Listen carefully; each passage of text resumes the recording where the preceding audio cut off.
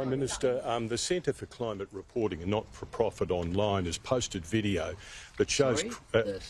Centre for Climate Reporting has posted video that shows Chris LaCivita, the co-manager of Donald Trump's election campaign last year, claiming that he's been advising the Liberal Party on structural problems as it campaigns in Australia.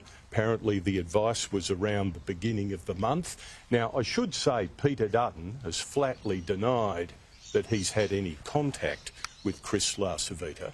But at this stage, how does it strike you that the Liberal Party might have been getting advice from one of Donald Trump's masterminds? And could you give us a broader, what role has Donald Trump played in this campaign as it closes? Well, I've been focused on Australia, of course.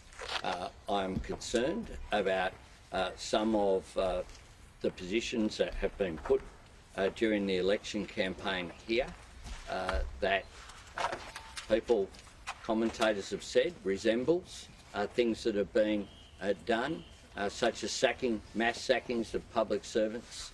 You know, we have a serious election campaign to run here. I've not been interested in fighting culture wars. I've been interested in fighting for Australians. That's what I'm interested in. And the campaign of the Liberal Party has become more and more right-wing under Peter Dutton. That's just the truth of the matter. Peter Dutton has had different positions as sought to raise culture war issues, and he, under the Liberal Party, has lost people like Christopher Pyne, people like Paul Fletcher and Simon Birmingham are going at this election. You know, will the last moderate in the Liberal Party turn the lights off? Will the last moderate turn the lights off? Because that is what is happening.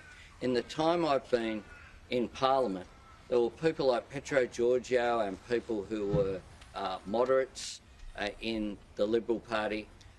Under Peter Dutton, he is a deeply conservative man. There have been increased right-wing elements. We saw here in Rogers' election, when some of the elements that are in the Liberal Party who are candidates at this election, I mean, the candidate for Fowler has said extraordinary things. Well, I don't talk about people's families, and I think they should be kept out of it, to be very clear. But do you condemn those comments? But do you condemn the homophobic comments that he's made? Seriously, mate. Seriously, people's families should be kept out of it.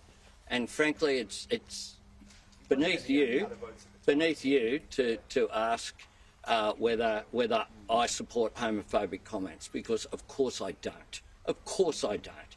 And frankly, it's offensive. But you obviously you would condemn it, though. I don't attack people's families, is what I don't do. What I don't do, and I don't think people should. What I'm concerned about in terms of people handing out is the mass handing out of exclusive brethren, or whatever they're calling themselves these times. You know, frankly, it doesn't stack up that hundreds of people have just happened to turn up at polling booths, some travelling across state boundaries to hand out for the Liberal Party, wearing Liberal Party shirts. You know, what is the quid pro quo, given that organisation doesn't vote in elections, and given the views that they have?